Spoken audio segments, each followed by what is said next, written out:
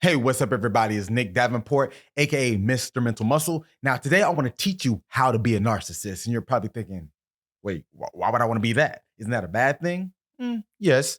But I think if I teach you how to be one, you'll be better at identifying one because this term gets used so much and it gets used so flippantly that it's starting to lose meaning. So we need to be better at understanding what it actually is. So the point of this is to understand how to think like one, you can identify one, and hopefully not be one. So let's talk about the history of the term narcissist. Now, there was an ancient Greek myth of a guy named Narcissus, and he was the most beautiful man in the land. He would look at his reflection in the water for hours on end, just admiring himself, seeing how great he looked, and just be infatuated with himself.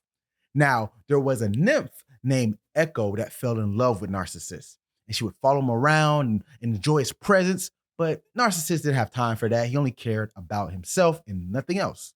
Now, Nemesis, which is the Greek god of revenge, would say, you know what? You like looking at yourself? I'm going to punish you to, for all eternity, stare at this reflection of yourself. And eventually Narcissus would turn into a flower right there in front of the pond where he stared at his reflection. And that flower would be called the narcissus, which is an actual plant that you can find in the real world. But basically, you see the concept. You get so caught up with yourself, nothing else matters. You put yourself on a higher pedestal. You don't get anything done.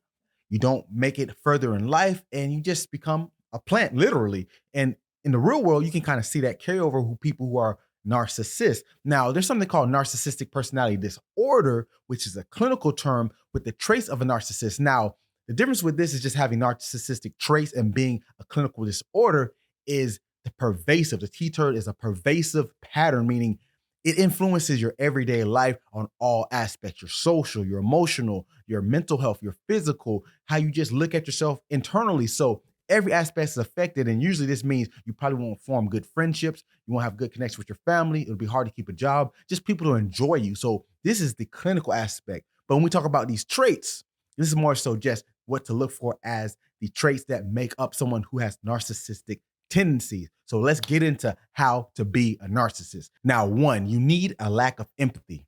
So if someone comes to you one day and says, hey, I'm going through a lot. I just need a shoulder to cry on, someone to talk to, someone to lean on.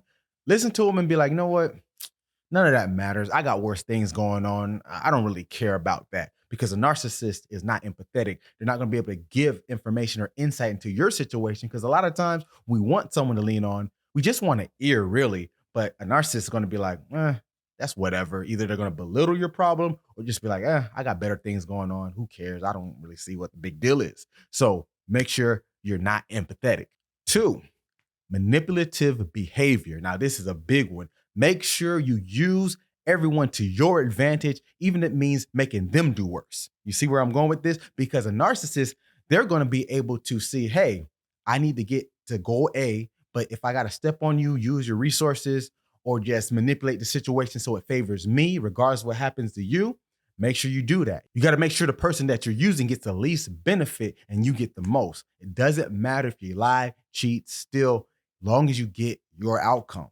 Number three, have a large sense of grandiosity. This means having that God complex. Look at people like peasants. They're nothing to you. They should worship the ground you walk on. Just like the story of Narcissus, he thought he was the best thing on earth and he's the only thing that mattered. And you need to do the same, because if you give any inclination that you aren't the best or you aren't a god amongst people, then they're going to think less of you. And you're a narcissist, right? You need them to think of you like a celebrity and they're just your fans. Now, number four kind of goes hand in hand with that. Do attention-seeking behavior. Not only do you need to know you're the best, you need to make sure the whole world does it. When you enter the room, be loud, be outspoken. Make sure you talk about you in the conversation. Make sure you do things that make you stand out. We live in a day of social media, so make sure you take a lot of selfies. Make sure you make a lot of videos on how your life is so great and there's nothing better than what you're doing. Because the more attention you seek, the more eyes that are on you to know and adhere to that you're the best. Because remember, the whole goal is for the world to know how great you are, because you are a narcissist. Now, number five, a lack of accountability, because, you're a God,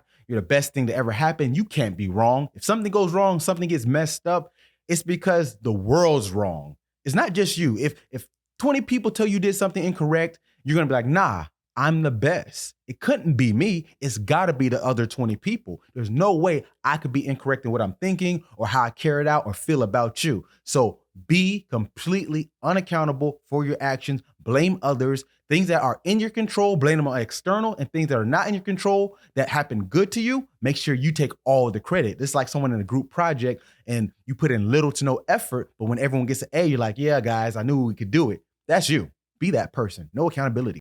Number 6, envy. Be envious because guess what? Even though you're God's gift to the world, you're the best thing smoking.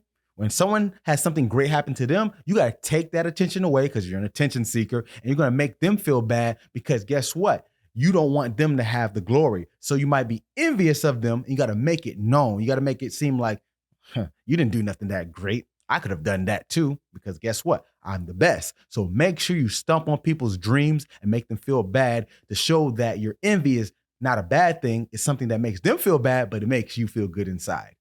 And number 7, this last one we'll talk about is the inability to take criticism. Because how could you get criticized? You're the best. Remember that. You're a narcissist. This is how you have to act. If someone says, hey, that was cool, but maybe you could do it this way. Even if you know it could help you, how dare they talk against you and your greatness? You are the best. Remember that. So don't take any criticism. And if you hear it, reshape it into something positive. They say, hey, I don't think you're the best for this job. Rebuttal with, nah, this job is just stupid. So you got to make it known that the criticism doesn't matter. And if they do hit a nerve with you, make sure you turn it back on them to make it feel like they're full of nonsense and they're not going to get it done because, they suck and you're the greatest.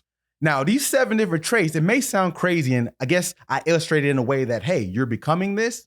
That was the point. Because if you understand these traits and if you even exemplify them in real life, like this was just, to be funny, but it'll help you understand because now these are the behaviors. This is what a narcissist does. You maybe identify it in other people, maybe even yourself. We all to some extent exemplify some of those traits, maybe at a much lower level because it's not a clinical diagnosis, but from a subclinical standpoint, there's times when we do use other people and maybe manipulate them for better gain. And it's not a good thing, but that's literally how humans socialize and this is how we gain things in life. But be insightful about how you move and make sure it's not to the point where you're really distancing and hurting people because I've been guilty of that. We all have probably to some extent. So that's why it's important to understand what it takes to be one. So we can always talk about don't be one, but if we understand how to be a narcissist, it can help us understand to go about it in our daily lives to make sure we're not getting used by one or becoming one. Because just like in a story with Narcissist, it cost him. And in our daily lives, do we want to be cost our friends and family or a loved one or an opportunity for a job? Because who wants to work with a person who is condescending and belittles people? Because the main point of this show, remember, is to put this into practice with everyday life. And while this was kind of being funny and different, the main goal is to get your mind right. So thanks for tuning in, guys, and enjoy the rest of your weekend.